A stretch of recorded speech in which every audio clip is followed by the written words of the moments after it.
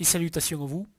Donc je reprends ce petit compte rendu de partie de jeu de rôle sous une forme comptée.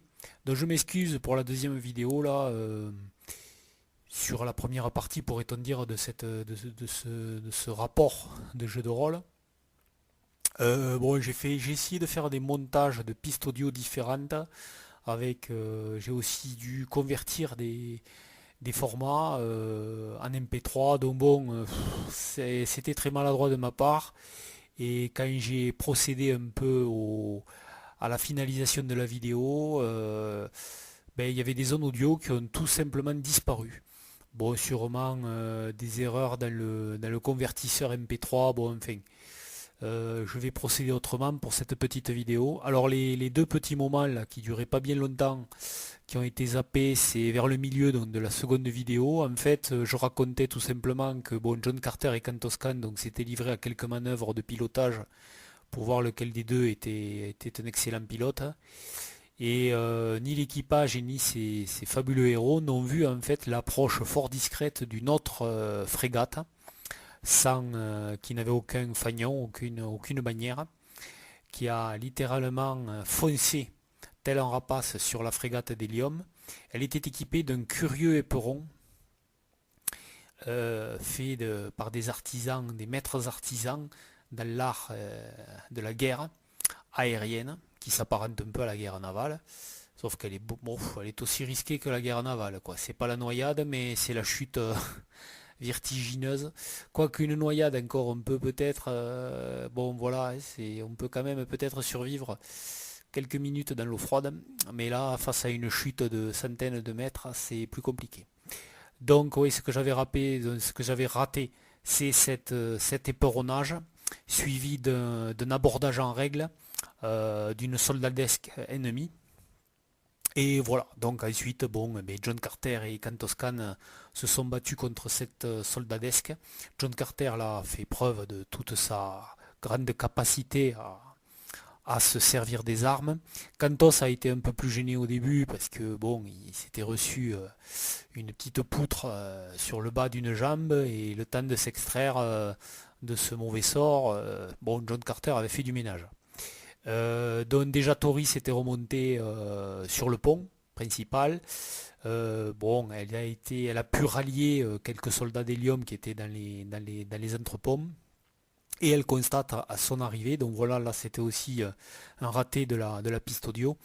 Donc elle constate à son arrivée sur le pont que bon, John Carter et Kantoskan se sont bien débrouillés. Kantos a quand même rallié quelques troupes autour de lui.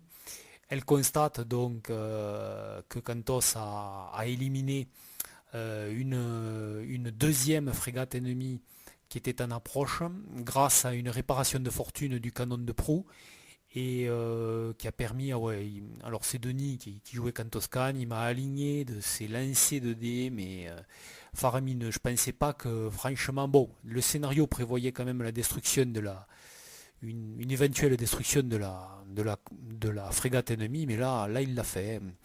Il y avait 3 rounds à peu près, et il l'a tombé, il l'a tombé. Donc voilà, c'était un peu le. Donc la vidéo, donc la vidéo 2 s'arrêtait à ce moment précis. Donc les troupes ennemies sont battues, le moral est tombé, et les soldats donc ennemis refluent en direction de leur frégate, et la frégate se désengage dans un terrible bruit de bois brisé. Elle se désengage de la frégate d'Hélium et fuit. Donc quand Toscan est bien sûr un peu enragé parce qu'il aurait bien aimé passer quelques tirs du canon sur cette frégate, mais bon, la réparation de fortune a lâché, il faut changer des pièces, bon, enfin c'est trop compliqué, et bon, il est un peu enragé, il tape sur le canon de rage, mais la cible lui échappe. Le navire dont la frégate d'Hélium est vraiment mal en point. Quand l'éperon s'est retiré, il a fini de briser plusieurs ponts et des pans entiers de ponts se sont abîmés vers le sol martien. Et quand Toscan a vite pris la barre, car il a vite compris qu'il était le meilleur pilote des personnages joueurs, et il a tenté de poser la frégate sur le plus doucement possible sur le sol martien. Donc il a essayé d'anticiper un site d'atterrissage qui s'est avéré bon, pas terrible. Il y a de nombreuses concrétions rocheuses qui parsèment le sol, des lits asséchés avec quelques pentes de gravier. Heureusement que cette frégate a un petit gabarit et bon, l'atterrissage se fait entre à quelques énormes concrétions. Elle arrive à passer dans l'ombre de ces massifs rocheux, de ces pointes rocheuses, et elle se pose dans un fracas qui n'augure rien de bon. Les soldats d'Hélium font le compte des morts, et il y en a beaucoup du côté d'Hélium, et ils sont arrivés à fait de faire un prisonnier. Un prisonnier dont bien sûr John Carter va l'interroger, dont déjà la prestance et le charisme, la notoriété de John Carter va vite asseoir son autorité, et le soldat ennemi va parler quoi. Il ne va pas en fait cacher grand chose à John Carter. Donc les héros apprennent que ce soldat ennemi faisait partie donc, de la défunte armée du Zodanga, une armée désœuvrée qui cherche un maître. Et la plupart de ces troupes de Zodanga se sont fait mercenaires. Et donc ils apprennent, les trois héros, d'une manière assez... Ils sont fortement désappointés quand ils apprennent ça de la bouche du soldat ennemi. C'est Zoninka, dans ce petit royaume, qui a embauché ces deux frégates de mercenaires pour attaquer la frégate plénipotentiaire d'Hélium et tenter de kidnapper la princesse Dejatoris. Voilà, c'était la mission qui leur a été confiée. Donc ils sont fortement atteints par cette vérité, mais ils en apprennent une seconde, c'est qu'en fait le Gédak de Zoninka, avec qui ils devaient voir pour des tractations de paix, de concorde et d'alliance, mais ce n'est pas le Gédak de Zoninka, mais son frère cadet, Nîmes, qui a en fait à payer ces mercenaires. Nîmes, en fait, bon, le soldat ne sait pas tous les tenants et les aboutissements du complot, mais le but de Nîmes, en fait, est de semer le chaos à l'intérieur du royaume de son frère, de lever, bien sûr, de briser la concorde qu'il pourrait avoir entre Hélium et Voninka. Bien sûr, s'il avait kidnappé déjà Toris, ça mettait un très lourd discrédit par rapport à son frère. Et en fait, il voulait profiter de ces moments de désillusion et de guerre larvée pour prendre le pouvoir à Zoninka. Voilà. Donc, une fois bien sûr que les héros savent ça, bien sûr, ils ne remettent pas en cause leur voyage vers Zoninka, et ils auront bien sûr une explication avec le Jedak en expliquant tout cela. Donc il constate les réparations qu'il y a à faire. Donc déjà, bonne nouvelle, malgré tout, la frégate est en mesure de redécoller. Il y a bon quelques réparations à faire sur la coque de fortune. Mais bon, ça passera. Au niveau des ailes solaires, il y a eu des dégâts, mais il y a encore suffisamment d'ailes solaires fonctionnelles pour que la frégate puisse redémarrer.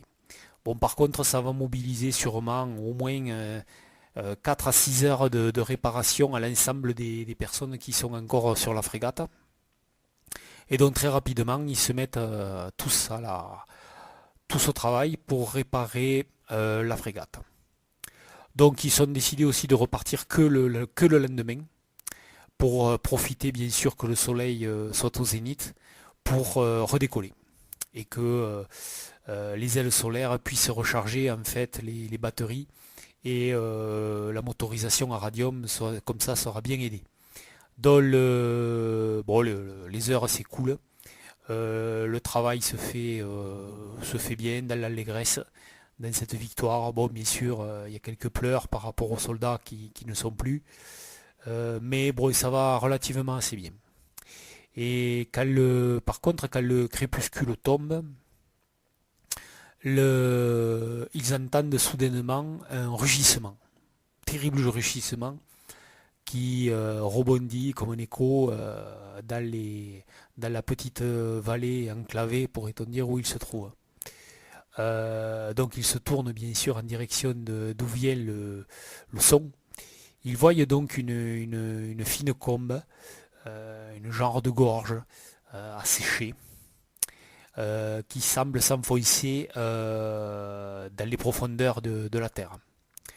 À peine qu'ils ont regardé ce panorama, qu'ils entendent un deuxième rugissement. Et là, face à eux, deux énormes singes blancs de Barsoum géants. Ce sont donc des énormes singes qui doivent mesurer dans les 4 à 5 mètres, peser plus d'une tonne très facilement. Ils ont deux paires de bras. Ils sont gigantesques, donc là c'est un mâle et une femelle qui bien sûr vont attaquer bestialement et sauvagement l'équipage d'Hélium. Donc la femelle en fait elle ne quitte pas l'entrée de la gorge et se précipite vers un amas de rochers qui paraissait là, qui paraissait un amoncellement naturel. Puis peut-être que en fait ce n'était pas un amoncellement si naturel de rochers, mais bien en fait tout simplement des munitions placées là en prévision de quelques tirs. Donc la femelle donc lance un premier rocher en direction de la frégate. Ça doit être sûrement un lancer de semonce, car le rocher roule tout doucement et cogne tout simplement la coque de la frégate. Par contre, le singe blanc mâle, lui, bondit littéralement, fait plusieurs bonds rapides et véloces en direction de la frégate. Et il monte dans un déchaînement de fureur sur le pont de la frégate, faisant craquer encore une nouvelle fois la coque sous son impressionnante musculature et son poids. Et bien sûr, il s'attaque à l'équipage. John Carter sort son sabre et bondit sur le mâle. Déjà Toris, elle se dit que elle n'est pas trop bien faite pour la mêlée. Et pour l'instant, elle préfère rester à distance et s'évertue à chercher une arme, justement un pistolet à radium ou un fusil à radium, si elle peut trouver quelque chose comme une arme à distance. Kantoskan lui sort son pistolet à radium et essaye de tirer sur la femelle. Bon, déjà il constate que son arme a une courte portée par rapport à la distance où se trouve la femelle. Il va devoir être incroyablement précis dans ses tirs. Et ça va se révéler, en fait, il va se révéler très adroit au pistolet à radium, alors qu'en plus la portée est quand même extrême pour le pistolet. Le combat va être violent et très rude pour les héros. Kantoskan, donc Denis donc, et Thierry vont user pas mal de points de chance dans ce combat. Alors les points de chance permettent déjà soit d'éviter des afflictions, tout simplement compter comme si elle n'était pas là, ou ça va permettre aussi de considérer que sur un jet de dés, on va bénéficier déjà de 2 succès pour un point de chance.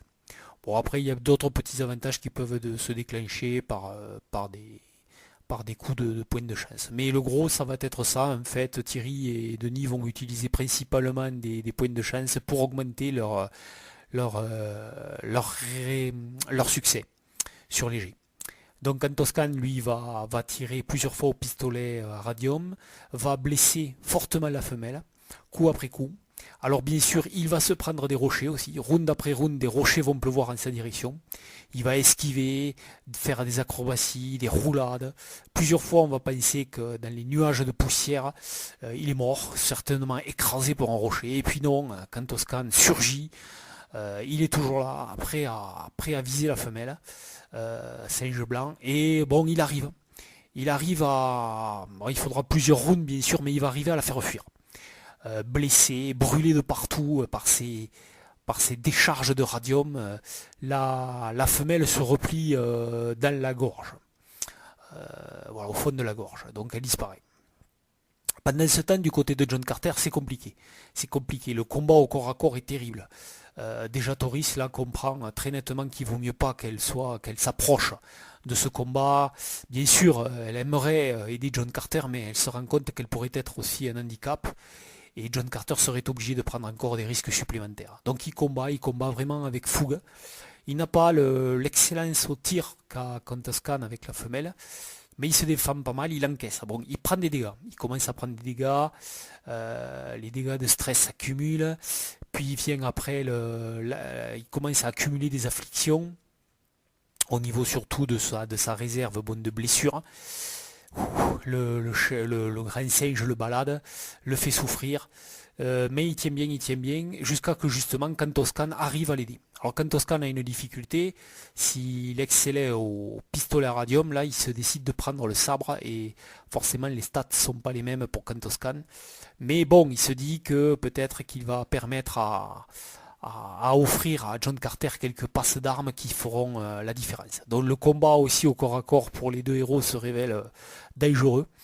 Bon, mais voilà, quand Toscan essuie ses premières aussi afflictions, donc le combat est très très chaud. Déjà Toris tente en vain de rallier l'équipage et de lancer les hommes d'hélium, la peu de soldadesque qu'ils ont en appui à John Carter, mais elle ne parvient pas, la plupart des hommes d'hélium sont tétanisés. Ensuite, les héros, John Carter et Kantos, consomment aussi le gros du momentum. Ils me génèrent aussi beaucoup de points de menace qui me permettent de compenser. En fait, les singes blancs de Barsoum sont monstrueusement létaux. En attaque, j'ai 17, donc 17 ou moins je touche. Et sur 7 ou moins, je critique, je fais 2 succès. Donc en mêlée, ce sont des véritables bêtes.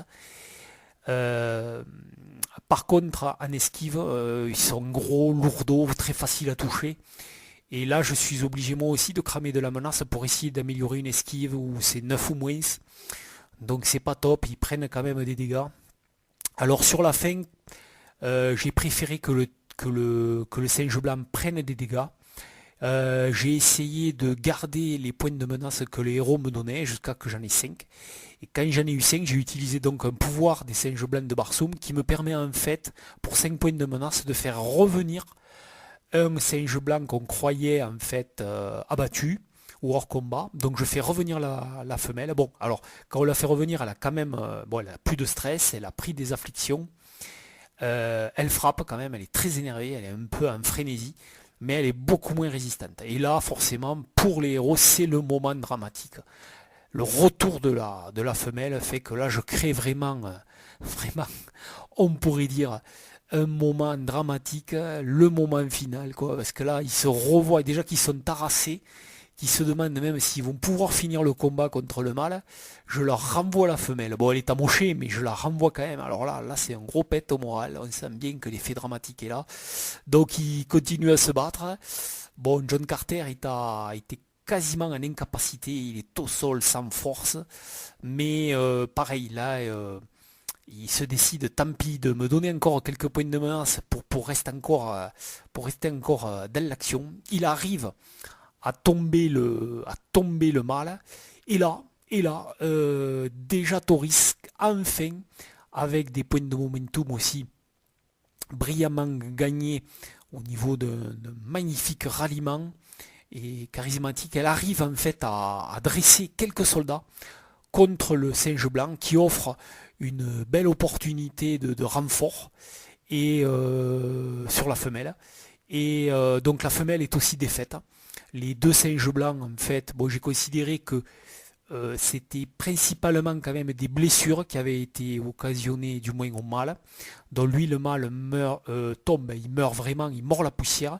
Alors que la femelle, principalement, ses dégâts avaient été faits sur la réserve de peur, de confusion, de fuite. Hein. Donc son esprit vacille et elle fuit face à des ennemis pour elle trop terrifiants. Donc c'était plutôt ça, ces afflictions, et la majorité qu'avait fait Kantoskan. Donc là, la femelle, pareil, quand elle prend une ou deux afflictions, même si c'est des blessures, une affliction supplémentaire, deux afflictions supplémentaires, bon, j'ai considéré que la femelle était plus apeurée, bon, grièvement quand même blessée, hein, mais plus apeurée, elle fuyait le théâtre de combat en se traînant son mal dans la poussière et en entraînant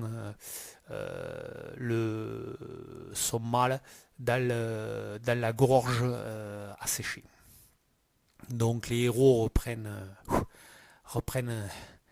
se remettent de ce terrible combat et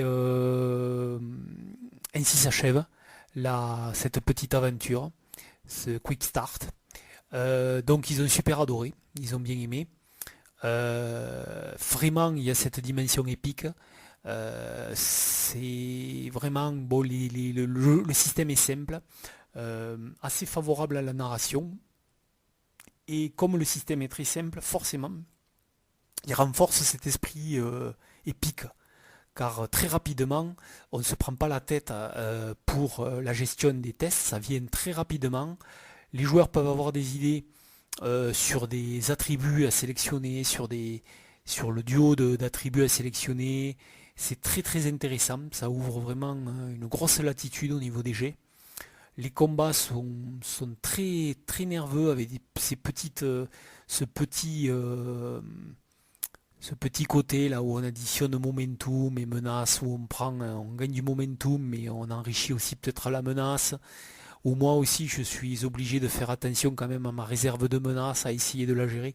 Je trouve que c'est bien et ça ne nuit pas, je trouve, à l'action. C'est pas quand même hyper technique, hein. Ça se gère très facilement, surtout dès qu'on a des tokens ou des trucs comme ça, des marqueurs, pour compter la menace et le momentum, c'est très bien, hein. Alors voilà. Donc vraiment, vraiment, on a accroché.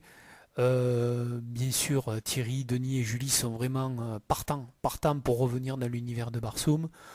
Moi, sûrement que je continuerai en fait tout simplement l'introduction. Je trouve que cette introduction était sympathique.